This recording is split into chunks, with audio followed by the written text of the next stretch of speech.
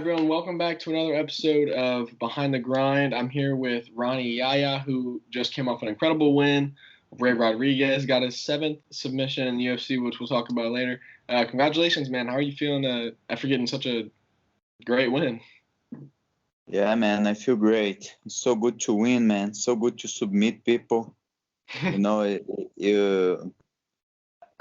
didn't fight too often the last couple of years. I had one fight, and then I had a surgery in my shoulder. I had this fight that I lost. I got beat. I had the surgery in my shoulder.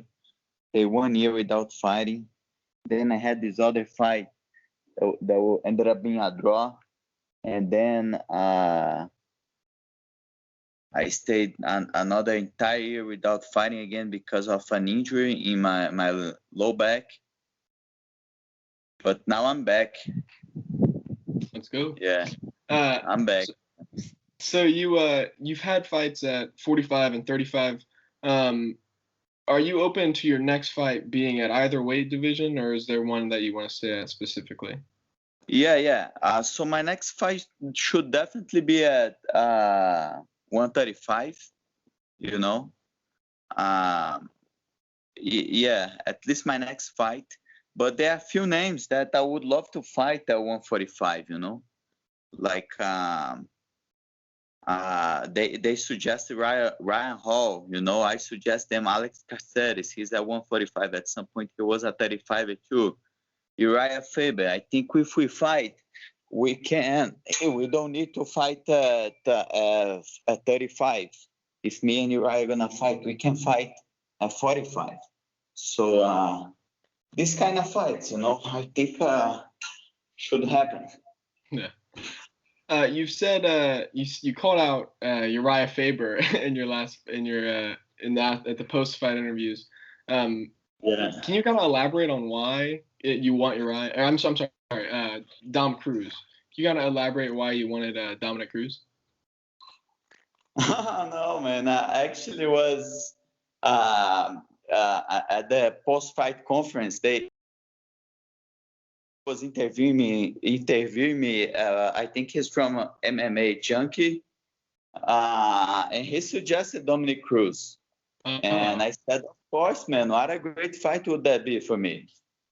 Fighting with Dominic, former champion, would have been great, But I doubt that he would accept. I doubt that he would accept this fight. Yeah. So you're the definition of a veteran in the UFC. I mean, you've fought a ton of people. You've got a ton of submissions, ton of victories. What would you say is different now, from fight week to training to cutting weight? What do you say is different from the early parts of your career to now?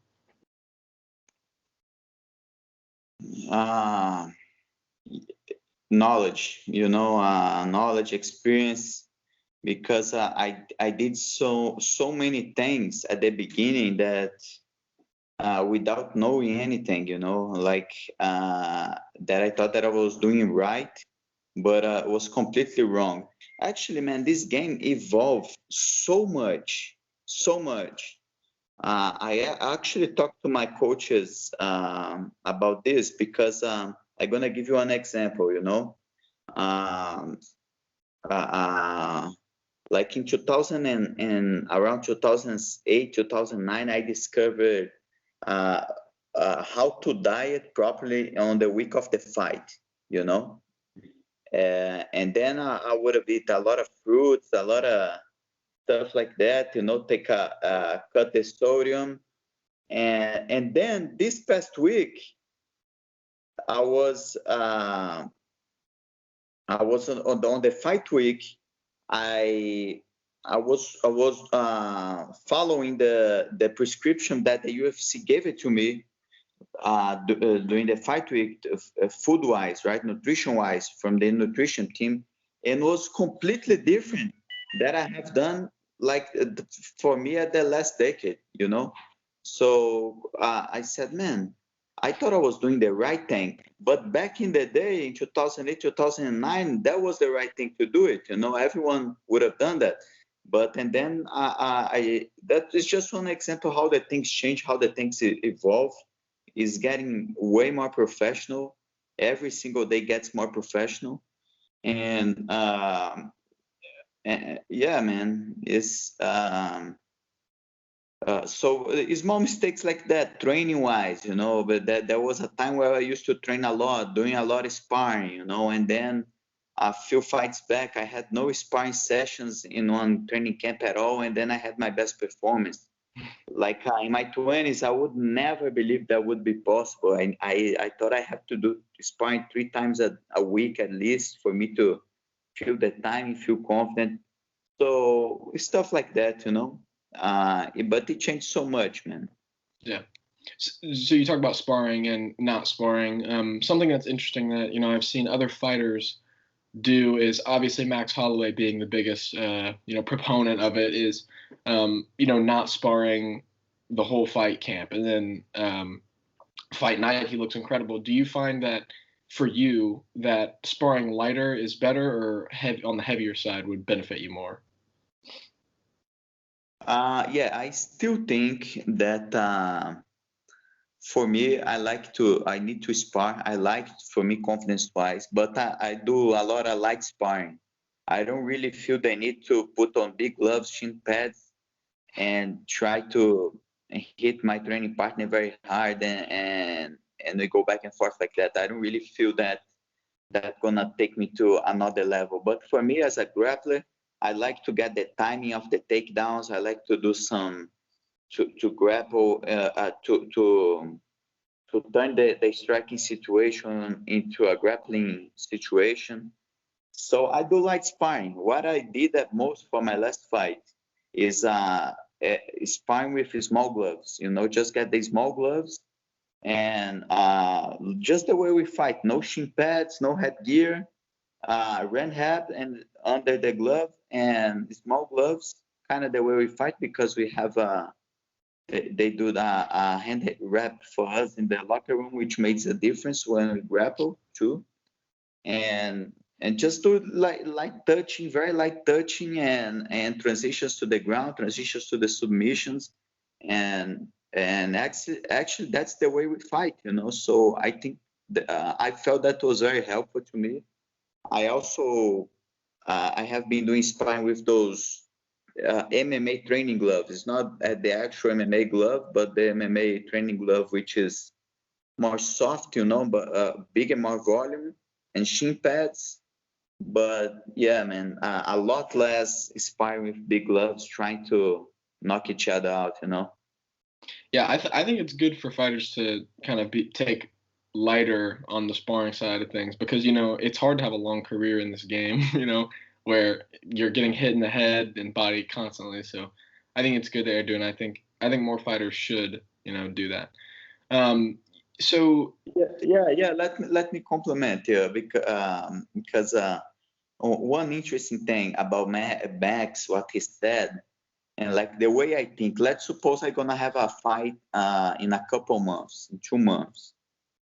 I would be okay if I have the feeling that as a professional I had 39 fights. I could, if I had no sparring session, I could get in there and kind of have the feeling that my sparring sessions, my real sparring sessions, was the 39 fights that I had before.